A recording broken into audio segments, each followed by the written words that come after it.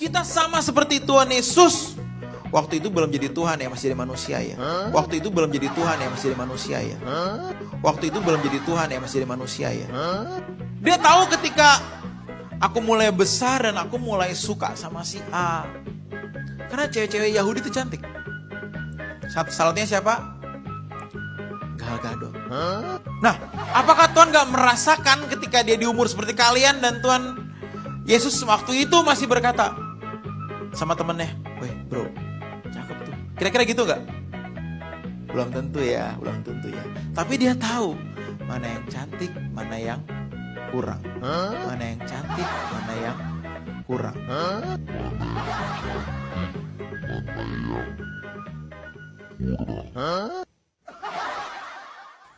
Nah, Bapak Ibu Saudara, pendeta ini menganut paham adoptionisme. Paham ini diajarkan oleh Theodotus dari Bizantium pada abad kedua dan uskup Antioquia yang bernama Paulus dari Samosata abad yang ketiga.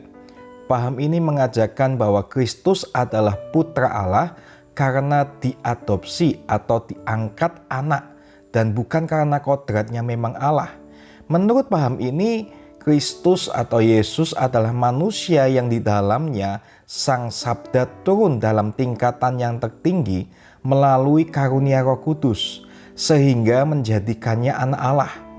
Jadi turunnya Roh Kudus dan pengangkatannya sebagai anak menurut paham ini terjadi saat pembaptisan Yesus.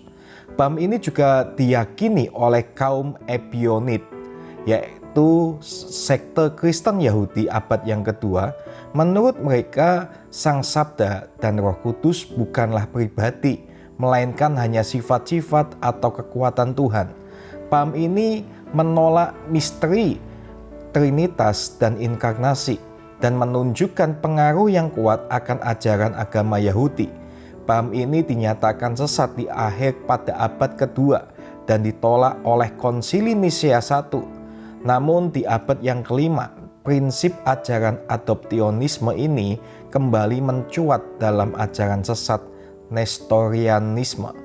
Jadi orang yang menganut paham adoptionisme ini menganggap bahwa Yesus adalah manusia biasa yang dipersatukan dengan Roh Allah, kemudian diadopsi atau diangkat oleh Allah untuk menjadi Tuhan. Ini adalah paham atau ajaran yang sangat sesat. Sekarang saat ini saya akan memberikan beberapa nasihat supaya kita tidak terjerumus pada ajaran sesat. Nah, yang pertama, kita perlu memahami ajaran yang benar. Penting untuk kita semua memiliki pemahaman yang kuat tentang ajaran Kristen yang sahih. Pelajari ajaran-ajaran dasar iman Kristen, termasuk doktrin Trinitas dan keilahian Kristus. Dengan pemahaman yang kokoh, Anda akan lebih mampu mengenali penyimpangan ajaran adopsionisme ini. Yang kedua, periksa sumber ajaran dan selalu berpegang pada sumber ajaran yang terpercaya seperti Alkitab atau kitab suci dan juga tradisi gereja yang mapan. Jika ada pengajaran yang mencurigakan atau tidak sejalan dengan ajaran yang telah diterima secara luas, telitilah dan cari pemahaman yang lebih mendalam melalui konsultasi dengan pemimpin rohani atau teolog yang terpercaya. Yang ketiga, gunakan akal sehat, jangan menerima klaim ajaran secara sepenuhnya tanpa melalui proses pemikiran dan penelitian yang kritis. Pertimbangkan bukti dan argumentasi yang disajikan dan jangan ragu untuk mengajukan pertanyaan dan meminta penjelasan lebih lanjut. Yang keempat, berdiskusilah dengan orang yang berpengalaman. Jika Anda merasa bingung atau ingin mendapatkan pemahaman yang lebih baik, cari kesempatan untuk berdiskusi dengan orang-orang yang memiliki pengetahuan dan pengalaman dalam teologi Kristen.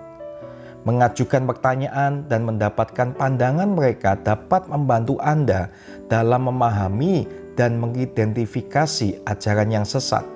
Yang kelima, doa dan keterbukaan dengan Tuhan. Selalu jaga hubungan yang erat dengan Tuhan melalui doa dan pembacaan kitab suci secara rutin. Memiliki hubungan yang erat dengan Tuhan akan memberikan petunjuk dan pengarahan dalam mengenali kebenaran serta melindungi hati dan pikiran dari ajaran yang sesat. Yang keenam, berpeganglah pada keyakinan yang kokoh. Tetap teguh dan kokoh dalam keyakinan Anda terhadap ajaran yang benar. Kenali dasar-dasar iman Kristen dan jadikan itu landasan Anda. Jangan mudah terombang-ambing oleh ajaran yang tidak sesuai dengan iman yang telah Anda anut. Yang ketujuh, selalulah ingat bahwa penting untuk tetap terbuka untuk belajar dan berkembang dalam iman Anda, tetapi juga tetap waspada terhadap ajaran yang tidak sejalan dengan kebenaran Kristen. Dan juga jangan sampai kita langsung percaya kepada pengajar atau pengkhotbah yang terkenal. Karena walaupun mereka terkenal, belum tentu ajaran-ajarannya sesuai dengan kitab suci. Sekian informasi yang ada, semoga bisa menambah wawasan dan pengetahuan kita. Terima kasih, Tuhan Yesus memberkati.